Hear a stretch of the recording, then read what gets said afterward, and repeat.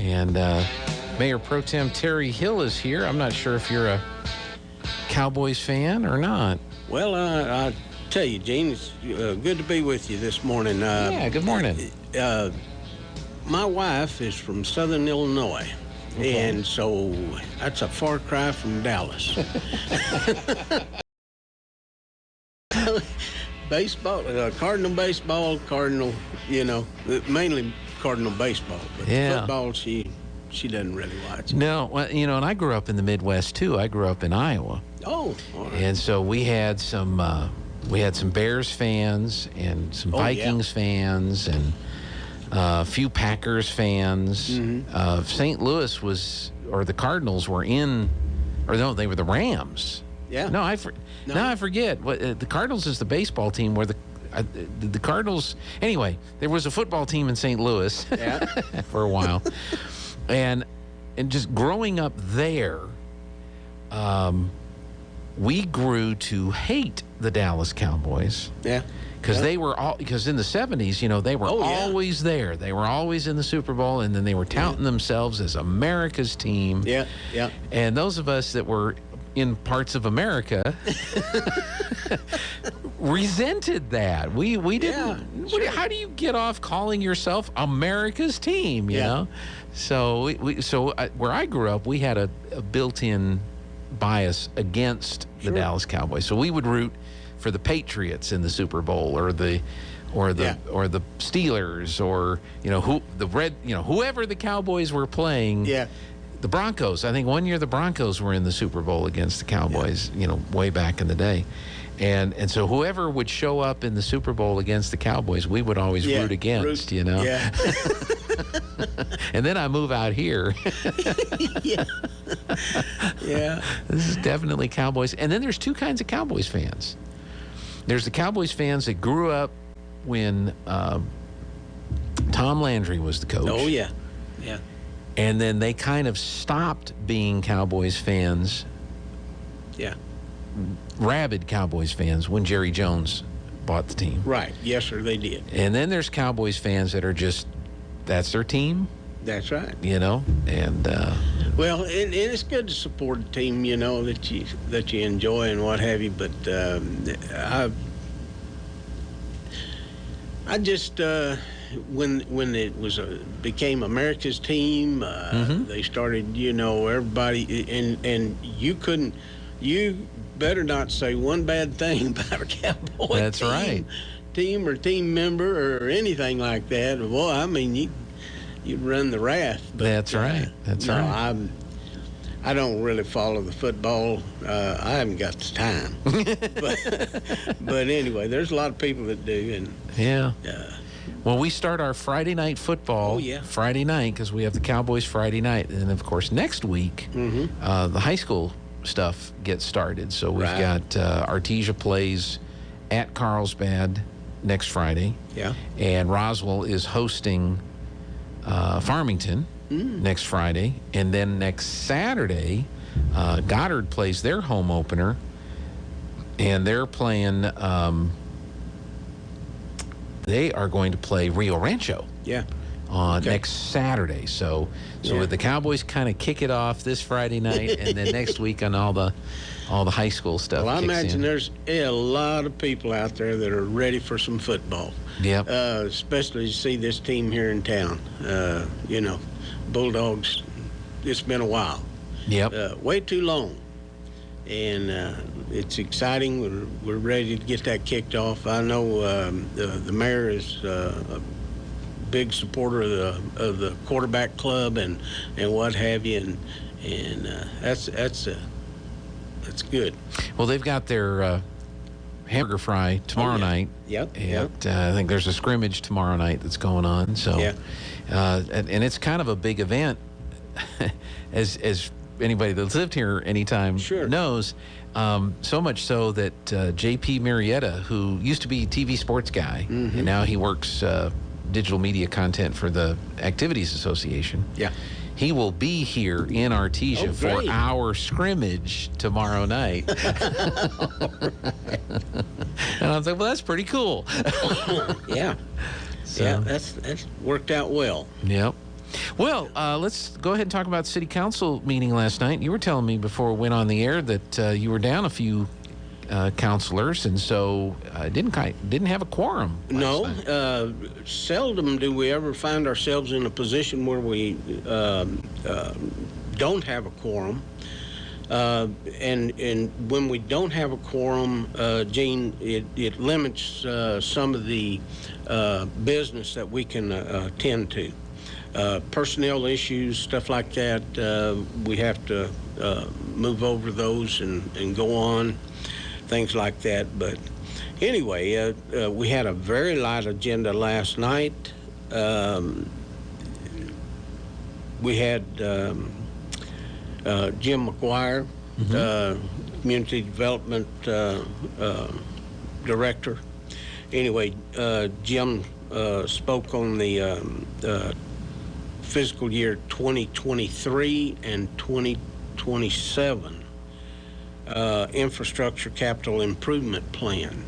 These are projects that we identify, we go through as a council, and we identify things that need some attention, need addressing. The ADA ramps, we request stuff like that, things for that helps the community. If we have a project, a water well, things of that nature, that some additional funding, if it's out there, we identify on our ICIP these items, and then we rank them, and usually we send that off to the state, and it's so that they'll be heads up that these are the things that if you have any extra funding and stuff like that for capital improvements, things of that nature, then these are the items that we need identified. And so anyway, we have gone through, went through the community development committee, and we've identified those. We presented those to the council members present last night. We really took no action on them, but then there's another meeting for the public's input. If the public has an idea or something they see a need that they would like addressed, then they can contact Mr. McGuire. He can certainly put that on the list, and we'll look at it and consider those. And then next meeting, I believe it is, we'll take action, hope to take action and get that established, and then send that up to Santa Fe. Off to Santa Fe and say, here you go. And this doesn't mean that the city is committing to these projects, does it? Or not necessarily. Okay. Not that you wouldn't, but absolutely. In the past, we've been fortunate. We've been able to get some assistance from the state in the purchase of new fire engines, stuff like that, on the ADA ramps that we've got going on around town. The next section that we're wanting to do, and I believe that may have been on the CDBG grant. But anyway, we're trying to get the southeast quadrant of the city with the ADA ramps. But anyway, these are just things that we've been unable to fund some of the capital improvements, such as buying new police cars, things like that. We've got that listed. We need some assistance with those, and would like some. But anyway, it's items like that, Gene, that we were addressing with the ICIP last night. And as I was sitting there last night, I've got to get with. I had an idea come up. Good. I want to see if we can get that traffic control light out at Mill Road and 285. Yeah. Oh, that's. I know Mr. Landfair, infrastructure director, is been working hard on that. And but anyway, because we got Hermosa. Oh yeah. And that's been fantastic. Goodness. That's helped out. What a blessing. Yeah. What a blessing. And then obviously, Main Street here, and they've done some upgrades to that. But and you've got one at Ritchie.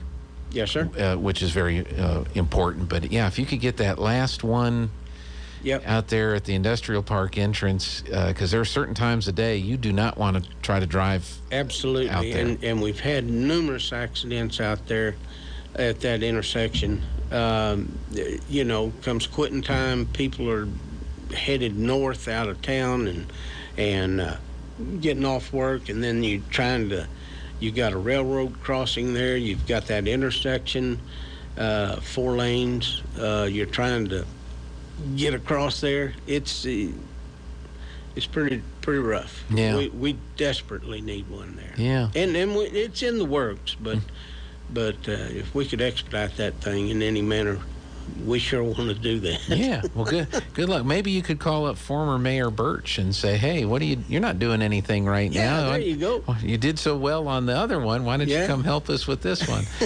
I don't think he would probably do that. He probably wouldn't. He's probably got other things on his itinerary. That's right. But Gene, the one at Hermosa, we had that tied up and it was raring to go and everything, and then the economy kind of tanked, and then they slid it, the state slid it, and then they slid it again, for another year, and it just eventually it did happen. And he wasn't the only one working on it. I just mentioned that there are a lot of you guys that were it was working on that. We were taking care of business on that one. That worked out well. Well, let's see. Then we had some a citizen came forward last night. Young lady. She had a couple of children with her, and she wanted to address how we're doing the park out there at JC Park. Okay. As everyone, I believe, understands, we've been fortunate enough to have a private donor get with us and with the city, and they've been took over the old soccer field inside the walking track. It was having a lot of issues with gophers and gopher holes, and kids are getting hurt and falling down and stuff like that. And so anyway, there's a new turf put in out there, and the cost of that is astronomical. And to protect it, it's not just that you can do anything on that. There's fencing around it. Yes, sir. There's been some fencing put up and what have you, and the lady was asking last night, how do they get access to it? And of course we had to, the mayor explained to her that much like the softball fields and stuff like that, there the leagues each season they sign for those fields and stuff like that, and then they manage those. And then over here in the new soccer field that was put in, and I might add that there was some flag football put in there as well for those on the same deal. Well, anyway, that falls under the soccer, and I think it's what is it, city or Youth Soccer League or something like that. City of Champions or something like that is their deal. But anyway, they're kind of ramrodding that. They're kind of much like the softball leagues. They're managing that and open it up, make it. I think that they're making it public. I mean, open to the public at certain hours and stuff like that.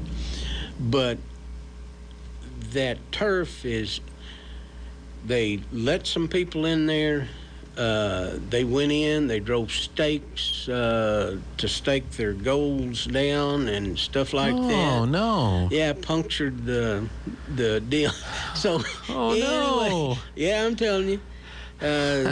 So they're trying to take care of it, and that's because they had a tournament out there a couple weeks ago. Yeah, was that associated with that? As far as I know, it was. Yeah. Okay. And I know prior to that, during the 4th of July celebration, there was some concern over some of the fireworks landing on that turf out there. So I bet the guy that is running that is living out there now.